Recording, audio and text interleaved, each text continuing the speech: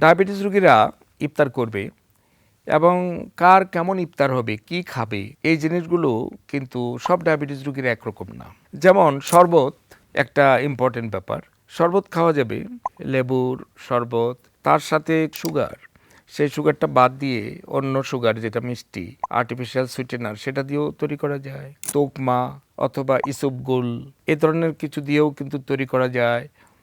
আর বিশেষ করে কিছু সালাদ খাওয়া যায়, যেমন শসা, টমেটো, এগুলা যে আমরা বুট যে জিনিসটা খাওয়া হয় সেইটাও খাবে। তারপরে পেঁয়াজও খাওয়া যাবে, একটু জিলাপির অংশ, খেজুর। কিন্তু যে সমস্ত ডায়াবেটিস রোগীদের কিডনি ফেলিউর আছে, খুব বেশি যদি কিডনি ফেলিউরের ক্রিয়েটিনিনের মাত্রাটা যদি 2-3 তার উপরে চলে যায়, তাদের রোজা না রাখাই ভালো, কারণ তাদের ক্রিয়েটিনিনটা আরও বেড়ে যায়। আর যাদেরকে আমরা রোজা রাখতে বলি, যাদের কিডনিরও সমস্যা আছে, তারা কিন্তু এই যে পেঁয়াজও, তারপরে বিভিন্ন রকমের ডাল জাতীয় খাবারগুলো কিন্তু বাদ দেবে।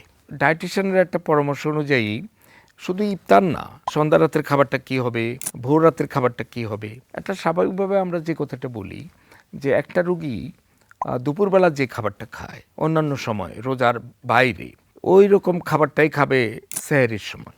আর সকালে যে নাস্তাটা করে, এই নাস্তাটাই তার ওই ইফতারের সমপরিমাণ খাবার হয়ে যাবে। আর রাতের যে খাবারটা সেটাই হয়ে যাবে সন্ধ্যা রাতের খাবার। তাহলে ক্যালোরিটা মোটামুটি মেনটেন হয়। বিশেষ করে যে সমস্ত ডায়াবেটিস রোগীরা খাবার ওষুধ নিচ্ছে অথবা ইনসুলিন নিচ্ছে, অথবা ইনসুলিন এবং খাবার ওষুধ দুটোই নিচ্ছে, তাদের কিন্তু এই 3টা খাবার কিন্তু মিস করা যাবে না। মিস করলে কিন্তু তাদের কিন্তু রোজা রাখাকালীন সময়ে হাইপোগ্লাইসেমিয়ার একটা রিস্ক কিন্তু সবসময় থেকে যাবে।